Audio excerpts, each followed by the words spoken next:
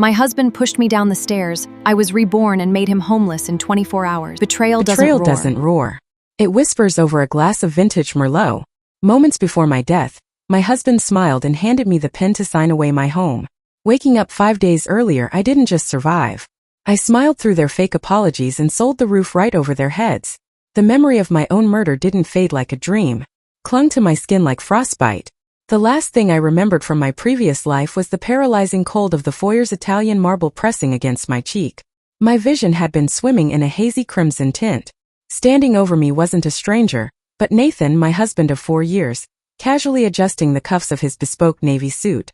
Beside him stood my stepsister Beatrice, her manicured fingers resting casually on his shoulder. "You should have just transferred the deed quietly, Sarah," Nathan had whispered, crouching down so his expensive Tom Ford cologne filled my failing lungs.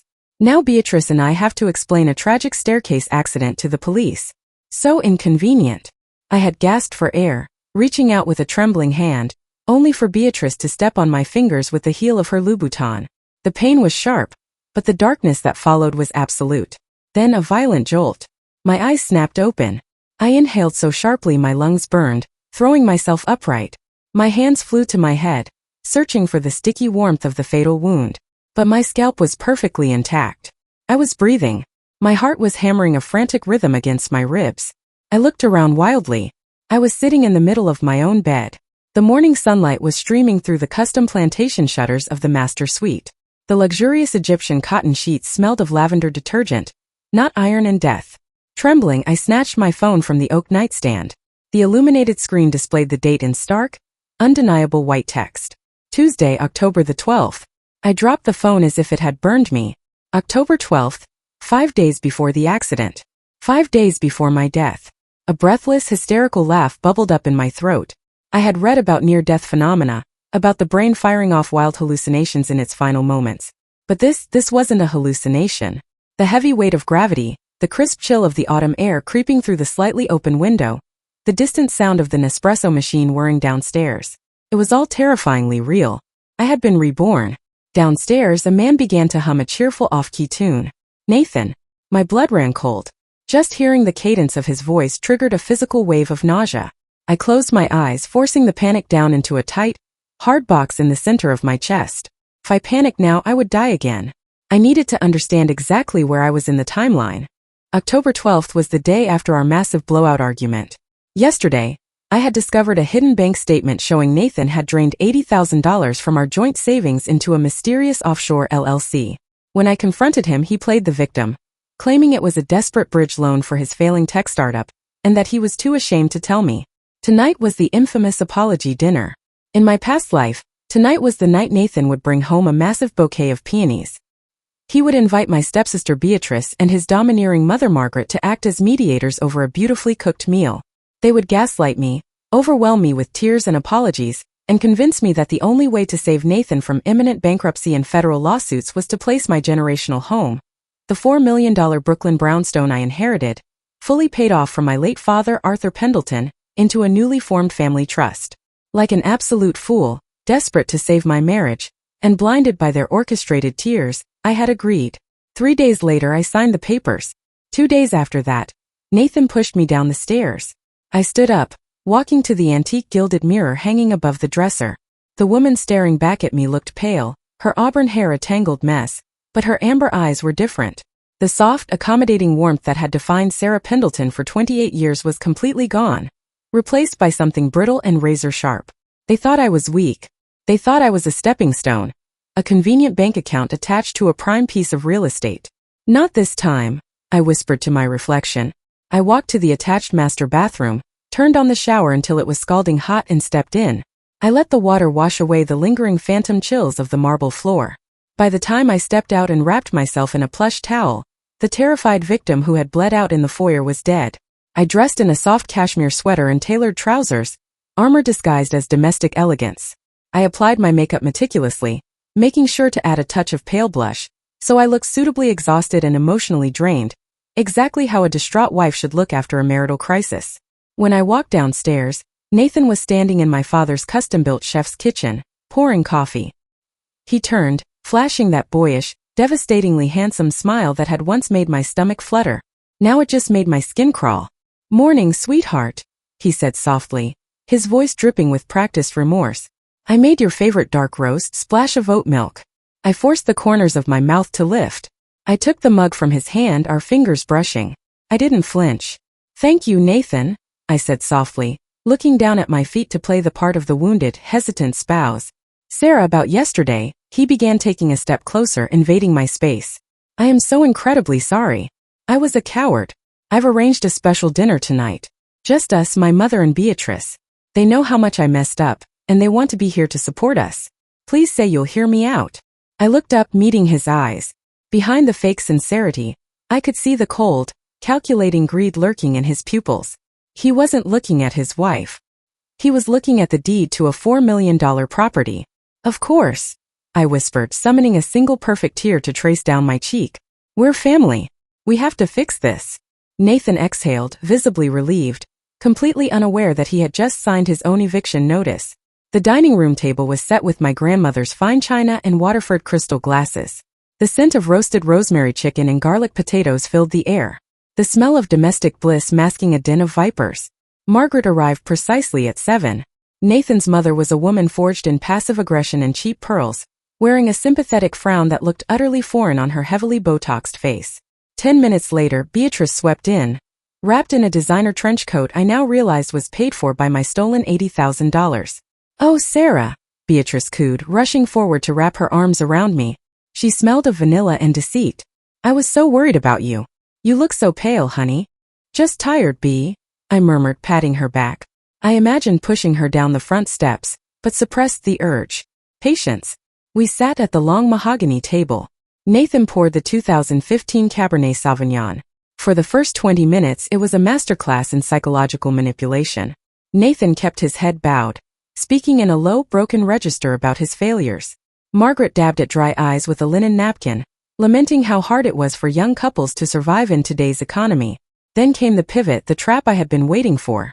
"Sarah, darling," Margaret began, reaching across the table to cover my hand with her icy claw-like grip. "Nathan's lawyers have warned him that his creditors might come after his marital assets. It's terribly unfair, but it's the law. We are all terrified that you might lose this beautiful house." "Lose the house?" I echoed, widening my eyes in feigned horror. "But my father left it to me. It's solely in my name." "Creditors don't care about sentiment, sis," Beatrice chimed in, leaning forward, her eyes gleaming with artificial urgency. "They just see money." But Nathan's attorney mentioned a loophole. "If we transfer the deed into an irrevocable family trust with Nathan and me as the managing trustees to handle the legal brunt, the creditors can't touch it. It protects you entirely." I looked at Nathan. "Is that true? You want to take my name off the deed to protect me?" Nathan reached out, covering my other hand. "It's only temporary, Sarah. Just until the startup's bankruptcy clears. I swear to you on my life. I couldn't bear it if my mistakes cost you your father's home. I swear to you on my life." He had used those exact words in my past life. The sheer sociopathic audacity of it made me want to scream, but instead I let my lip quiver. I took a deep trembling breath and slowly nodded. "Okay," I whispered. "If it's to protect the house, okay, I'll do it." A collective silent exhale rippled around the table. The tension snapped. Nathan's eyes flashed with triumphant greed. Beatrice took a long, victorious sip of her wine, and Margaret squeezed my hand. "You're a good wife, Sarah," Margaret praised. "I'll have the attorney draft the trust documents," Nathan said quickly, barely masking his eagerness. "We can sign them on Friday." "Friday," I agreed, offering a soft, compliant smile. "That sounds perfect." The dinner ended with hugs and promises of a fresh start. Nathan kissed my forehead before going upstairs to handle some emails, likely texting Beatrice about their impending payday. As soon as the house was quiet, my docile facade vanished. I walked into my father's old study, locking the heavy oak door behind me. I opened my personal laptop and booted up an encrypted browser. If I was going to beat them, I couldn't play by the rules. I needed a buyer who didn't care about contingencies, home inspections, or standard 30-day closing windows. I needed a shark. I pulled up the contact information for Richard Gallagher, the CEO of Apex Property Acquisitions. Gallagher wasn't a standard realtor. He was a notorious corporate liquidator known across the New York real estate sector for cash buying distressed properties and flipping them into luxury condos. He was ruthless, heavily backed by foreign capital, and employed a notoriously aggressive eviction firm to clear out the buildings he bought. It was 11:30 p.m., but men like Gallagher never slept. I dialed his direct line. Gallagher. A gruff voice answered on the second ring. Mr. Gallagher, my name is Sarah Pendleton. I own the Pendleton estate at 142, Parkview Lane, fully detached brownstone, original architecture, unencumbered deed. There was a pause on the line. I heard the clacking of a keyboard. Park Slope, Gallagher noted, his tone shifting from irritated to intrigued. Zillow estimates $4.2 million. What's the catch, Miss Pendleton? Why are you calling me at midnight? The catch is time, I said, my voice ice cold. I am leaving the country indefinitely. I want a 100% cash buyout, no walkthrough contingencies, and the money wired to a secure escrow account by tomorrow afternoon. In exchange for the speed, I will sign the deed over for $2.8 million. You get immediate possession. A low whistle came through the receiver. A $1.4 million discount for a 24-hour turnaround. It was an investor's wet dream. Immediate possession? Gallagher asked. Are there tenants? My estranged husband currently occupies the property, I replied smoothly. He is unaware of the sale. Once the wire clears, he is your problem to evict. You can handle a stubborn occupant, can't you? Gallagher let out a dark, booming laugh. Miss Pendleton, my legal team eats stubborn occupants for breakfast. I'll have my private notary and legal counsel at your doorstep at 9 a.m. sharp. Have the original deed ready. I'll see you at 9 o'clock, I said and hung up. I leaned back in my father's leather chair, staring at the ceiling. The trap was set. Nathan thought Friday would be the day he stole my legacy. He had no idea that by Wednesday afternoon, he would be a squatter in a house owned by the most vicious corporate landlord in the state. I didn't sleep that night. I spent the early hours of the morning quietly packing. I didn't take clothes or furniture. Those were just things. I opened the hidden floor safe in the study and packed my father's vintage Rolex collection, my grandmother's authentic sapphire jewelry, the original photo albums from my childhood, and my passport. Everything fit into two nondescript duffel bags that I hid deep in the trunk of my Audi. At 8 a.m., Nathan kissed my cheek in the kitchen. I'm heading to the office to finalize the trust paperwork with the lawyers, he said, looking incredibly smug. Have a relaxing day, honey. Go to the spa. You deserve it. I will, I said, waving as he walked out the door. The moment his car pulled out of the driveway, the doorbell rang. I opened it to find Richard Gallagher standing on the porch, flanked by a severe-looking woman in a gray suit holding a leather briefcase. Gallagher was a large man, wearing a sharp suit that couldn't hide his brawler's physique. Miss Pendleton, he said, extending a hand. Let's do some business. I led them into the dining room, the very room where Nathan had lied to my face just hours prior. The attorney produced a stack of documents. I provided the original watermarked deed my father had left me. The title search had already been expedited through their firm overnight, confirming I was the sole legal owner with 0 liens. Sign here, and initial the transfer of possession clause, the attorney instructed, handing me a heavy Mont Blanc pen. I stared at the black ink. I thought about the marble floor. I thought about the suffocating feeling of blood filling my throat and Beatrice's cruel laughter. I didn't hesitate. I signed my name with a flourish, aggressively pressing the ink into the paper. The wire transfer has been initiated, Gallagher said, checking his phone. $2.8 million to the routing number you provided.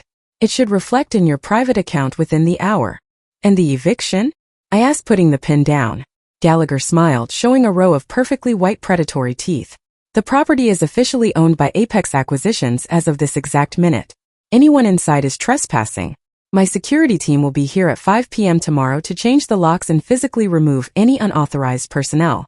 Tomorrow at 5 p.m., just 2 hours before Nathan's trust signing celebration dinner was supposed to happen. Perfect.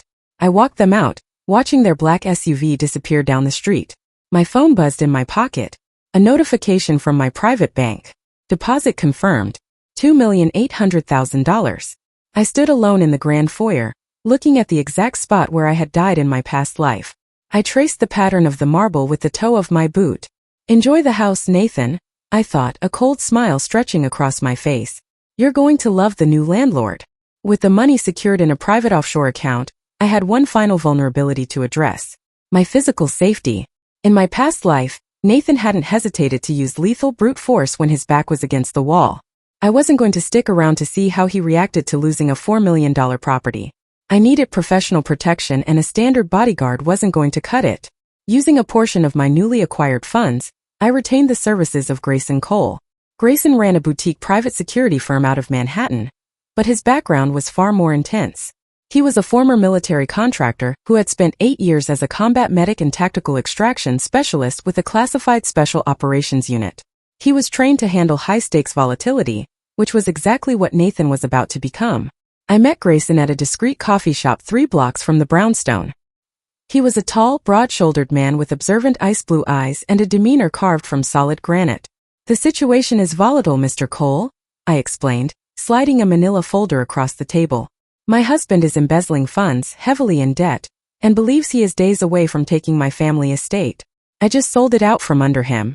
He is legally trespassing as of this morning, and the new owner's eviction team moves in tomorrow at 5 p.m. I need to be completely off the grid before he realizes what happened, and I need eyes on the house to ensure my legal distance." Grayson reviewed the file, his expression unreadable.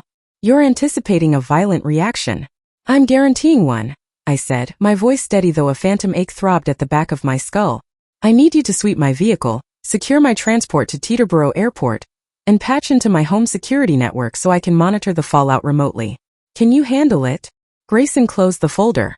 "Miss Pendleton, my team has extracted targets from active war zones under heavy mortar fire. A desperate tech bro in a Brooklyn Brownstone is a walk in the park. We'll have you locked down within the hour." He was as good as his word. By 2 p.m. on Wednesday, Grayson's tech specialist had quietly bypassed the Brownstone's primary Wi-Fi and hardwired a stealth feed into my phone, utilizing the hidden nanny cams my father had installed years ago to monitor the cleaning staff. Meanwhile, Grayson swept my Audi for GPS trackers, finding a cheap magnetic one slapped under the rear bumper, exactly as I suspected. Nathan had been keeping tabs on me. Grayson crushed it under his combat boot. By Thursday afternoon, I was miles away, sitting in the plush leather seat of a private Gulfstream G400 chartered for Geneva.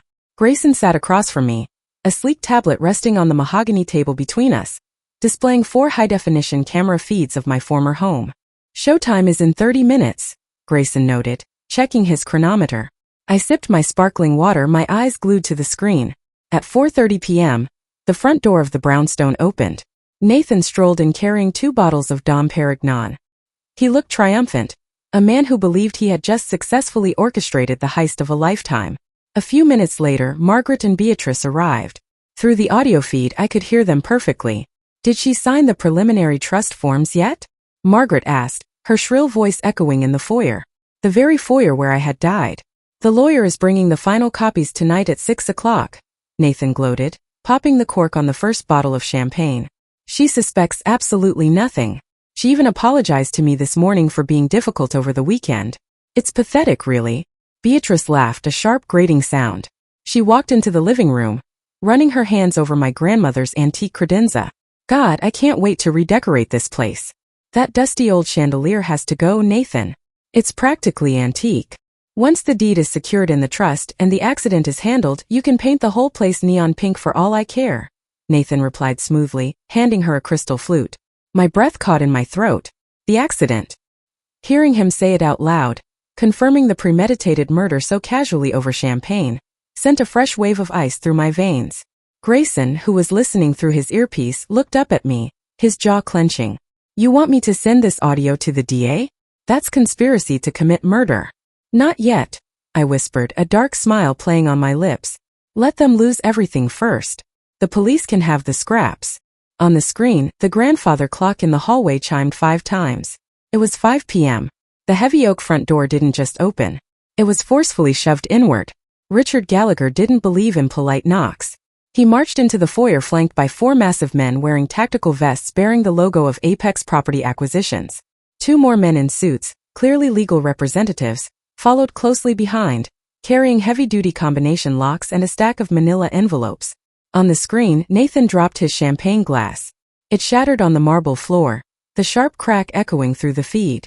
"What the hell is this?" Nathan shouted, his face flushing with immediate rage. "Who are you? Get out of my house before I call the police." Gallagher didn't even blink. He looked around the pristine foyer with the appreciative eye of a wolf assessing a fresh kill. "Nice molding," he grunted to one of his men before turning his dead, predatory gaze to Nathan. "You don't own this house, pal." "I do. Apex Acquisitions, and you're trespassing on private property." You're out of your damn mind, Nathan barked, stepping forward aggressively. Margaret shrieked, clutching her pearls while Beatrice shrank back against the wall. My wife owns this property. Sarah Pendleton. I am her husband and this is our legal residence. One of the men in suits stepped forward, coolly handing Nathan a thick notarized document. Sarah Pendleton surrendered the deed yesterday morning in a 100% cash buyout. The title has cleared the city registrar. There are no lease agreements, no tenant protections and no marital holds on this property, as she inherited it solely prior to your marriage. You have exactly 10 minutes to vacate the premises before my security team physically removes you. Nathan stared at the paper, his eyes frantically scanning the undeniable signatures, the official notary stamps, and the finalized transfer of deed. The color drained from his face so fast he looked like a corpse. No, he gasped, his voice cracking. No, this is impossible. She wouldn't. She doesn't have the spine. 10 minutes, Gallagher repeated, checking his gold watch. Start walking or we start dragging. Panic erupted. Beatrice grabbed Nathan's arm, her perfectly manicured facade crumbling. Nathan, what did you do? Where is she? You said you had this handled. You said the house was ours. Shut up, B. Nathan roared, completely losing his composure. He whipped out his phone, his hands shaking violently as he dialed my number. In the cabin of the jet, Grayson tapped a few keys on his laptop, routing the incoming call through an encrypted proxy server. He handed me a headset. I pressed the button. Hello, Nathan. Sarah, he screamed into the receiver. The audio synced perfectly with the video feed of him pacing frantically in the foyer. Sarah, what the hell did you do? There are men in the house. They're saying you sold it. Where are you?